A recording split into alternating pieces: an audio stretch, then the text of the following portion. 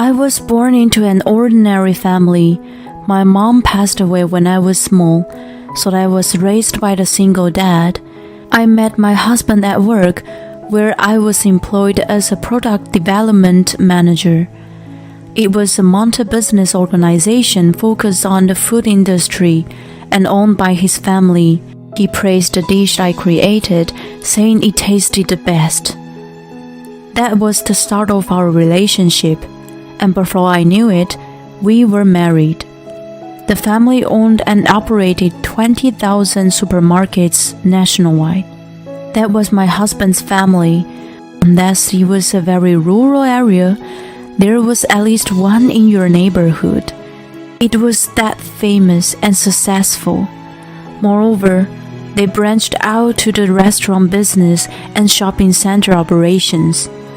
They were rumored to be the best in the industry. I was quite nervous about marrying into such a family of tycoons, but my husband and his father gave me a warm welcome, and I was relieved. However, my mother-in-law, Camila, was a different story. She was very proud of her status being the wife whose husband was in line to be the next CEO. She saw me, who was raised in a single-parent household with an ordinary background, as a stain in the family. It was natural for her to ignore me, who had a lower status than herself. I was treated as an insignificant person. Her way of oppressing me was terrible. I managed to put up with it. However, it escalated by one incident.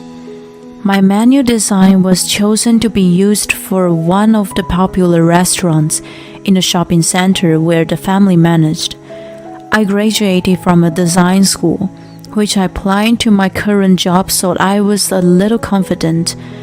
Camila also studied a bit of design before, but her entry was included in the first round. "I let you win this time. You should thank me."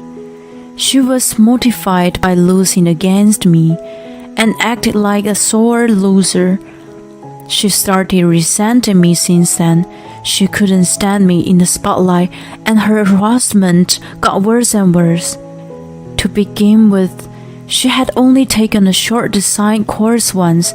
I think she was too arrogant to assume that she couldn't have won against me, who had studied hard and learned the skills in school. She started visiting my husband, Wayne, and me at home, just to say sarcasm and petulant insults. "Sally, you haven't cleaned off the dust before the shelves." Soon as she entered the house, she looked for anything against me to say. I always had the house ostensibly tidy and neat, so she looked for tiny details like behind the shelves. "The fridge eggs are burned. What kind of discipline have you received to be okay with such a mess?" Wayne, who actually burned the eggs, said, "It was me," with an offensive tone. He didn't mind helping me out with cooking, so we naturally shared our daily tasks. She picked on her son's little mistake, which came right back to her. She seemed a bit awkward, but, "Sally, you forced him to cook, didn't you?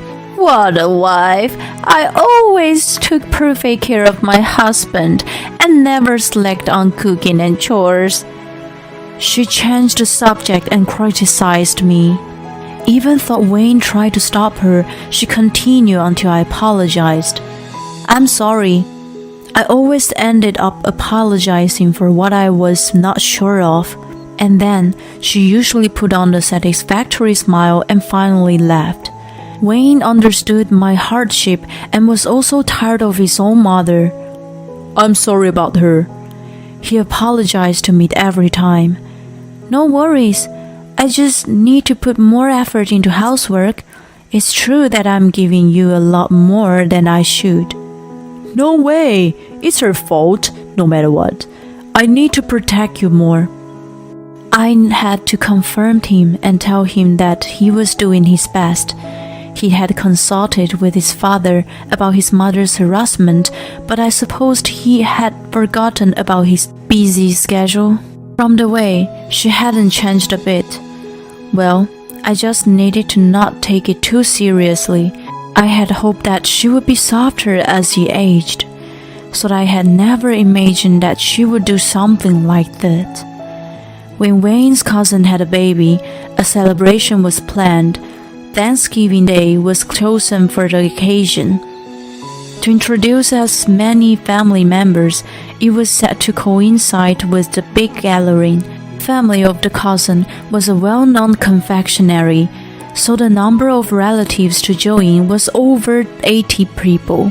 It was a family tradition to celebrate extravagantly. Hence, distant relatives were also invited. The day after Wayne told me about the celebration, Camila called me. "It's a big celebration, so I'll order some extra dishes from the Michelin restaurant, but it's a tradition to cook the main dishes with the family, so I have a suggestion for you. You used to brag about how good a cook you are." I was a bit annoyed with the sarcastic tone of her voice, but I was confident with the taste of food since I helped at my dad's restaurant. Wayne also praised that I was a pro chef. I remember that I did mention it to her a while back. "Don't embarrass the family, okay? You're in charge of the turkey and stuffing." Before I could answer, she hung up the phone. I let out a sigh and thought she was just being her normal self. I rearranged my schedule until the day and started searching for the recipes. My turkey was going to be compared with Michelin's dishes, so I must choose my ingredients carefully. I felt burdened with the nuisance. Then came the Thanksgiving Day. Camila usually tried to meddle with me from time to time, but she had been quiet since the call. I was feeling very uncanny. After all, it was the calm before the storm. At 11 a.m., I was working at the office when I got a call from her. That event was in 2 hours at 1 p.m., so she must have been busy overseeing the final setup. I worried that there was something wrong. I answered the phone feeling unsettled. "I tasted your turkey and stuffing. I can't let anyone eat something so disgusting. I didn't know you could only cook nothing but a supermarket ready-made food. Rats won't even touch it." She immediately yelled over the phone. Wait. Some ready-made food was at a high level, and she was a part of the family who was selling exactly that. She, of all people, shouldn't have made fun of supermarkets, right? "It was so bad that I threw them away after taking a bite." "You better prepare another one. Don't you dare go and buy from the supermarket. It's gross." I couldn't quite grasp what was going on while she continued yelling in high-pitched voice. I said in my confusion, "I'm working at the office right now.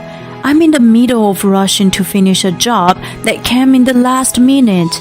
I started my current situation. "I don't care. We don't have time.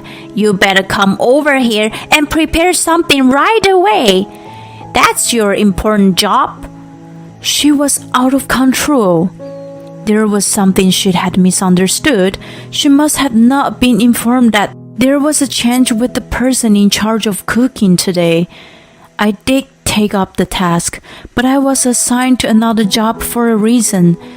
Throw away the turkey? It was prepared by... I tried to clear my mind and calmly said, "Please listen.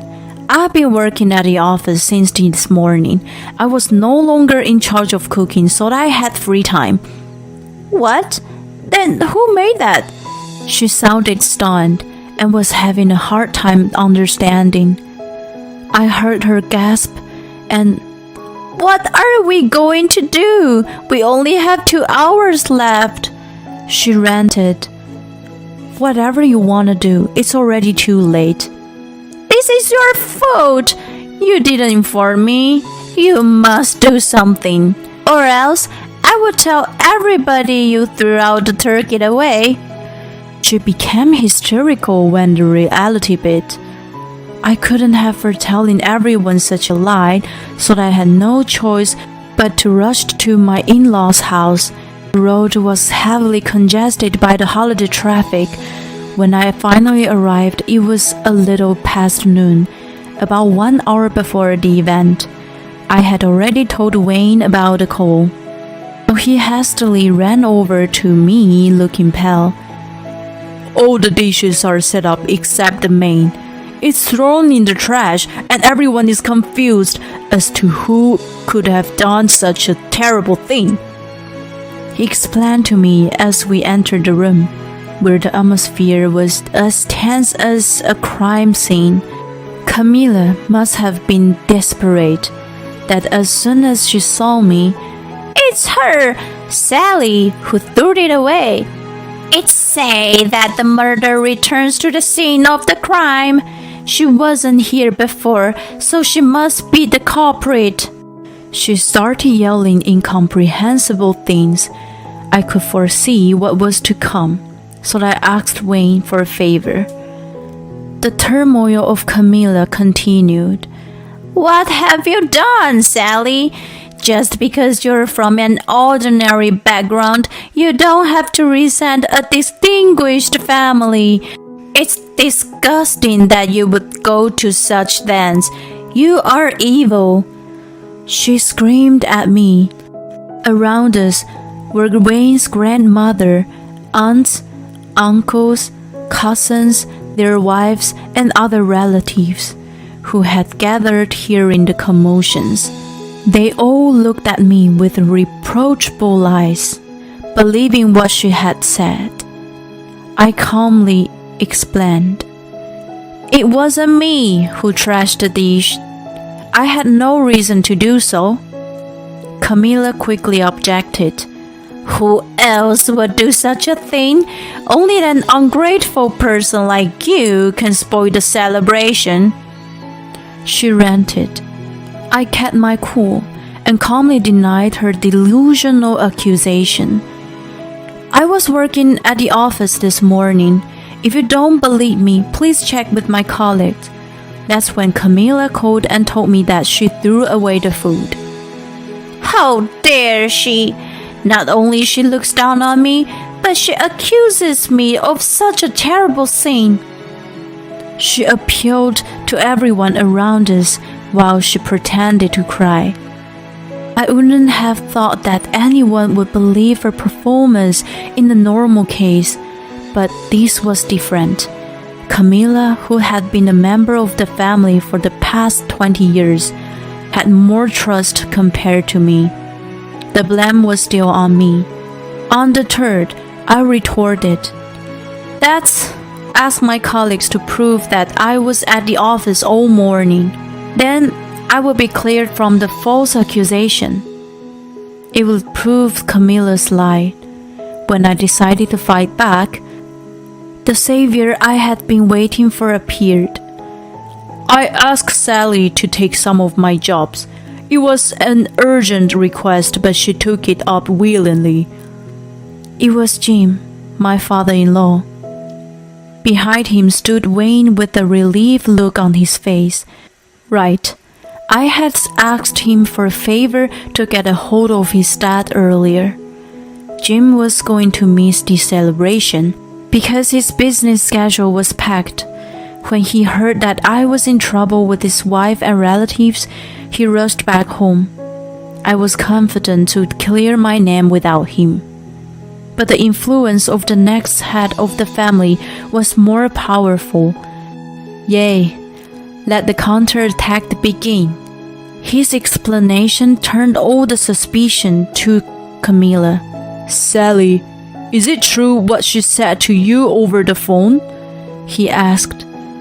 "It is," Camila tasted the food and thought it was disgusting, so she threw it away. She said I could only cook nothing but a supermarket ready-made food. Rats won't even touch it. Isn't that right, Camila? Relatives clamored. Camila's face was getting whiter. Really? We don't treat our products as food for rats? Jim's words caused a stir among the people. Suddenly, a sob ran out. It was one of the cousins, Emily, who was holding a baby. I practiced cooking very hard for today, but how terrible it turns out this way. My husband praised it and said it was delicious. She lost her face because of Camila's confusion.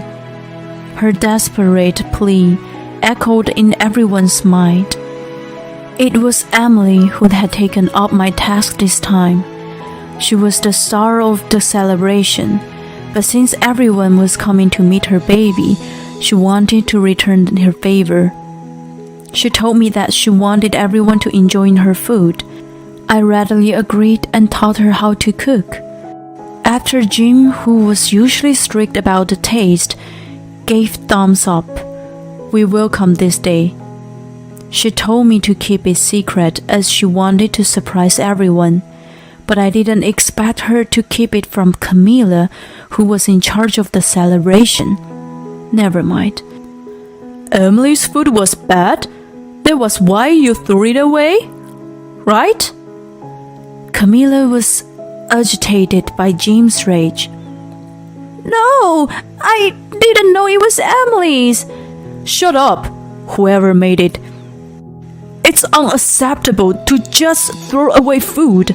Besides, Emily is one of the chefs who works at my restaurant.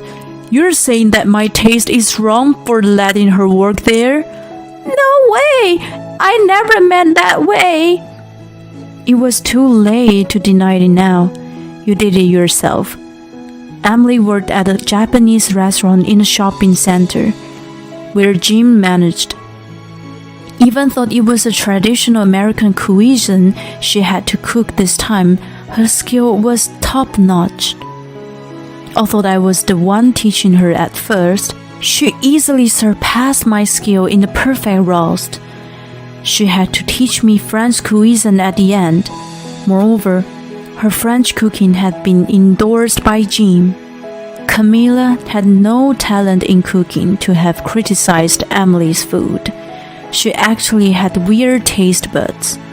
She once told me, "Not enough sugar in these mashed potatoes. You should add lots of sugar to the meat sauce."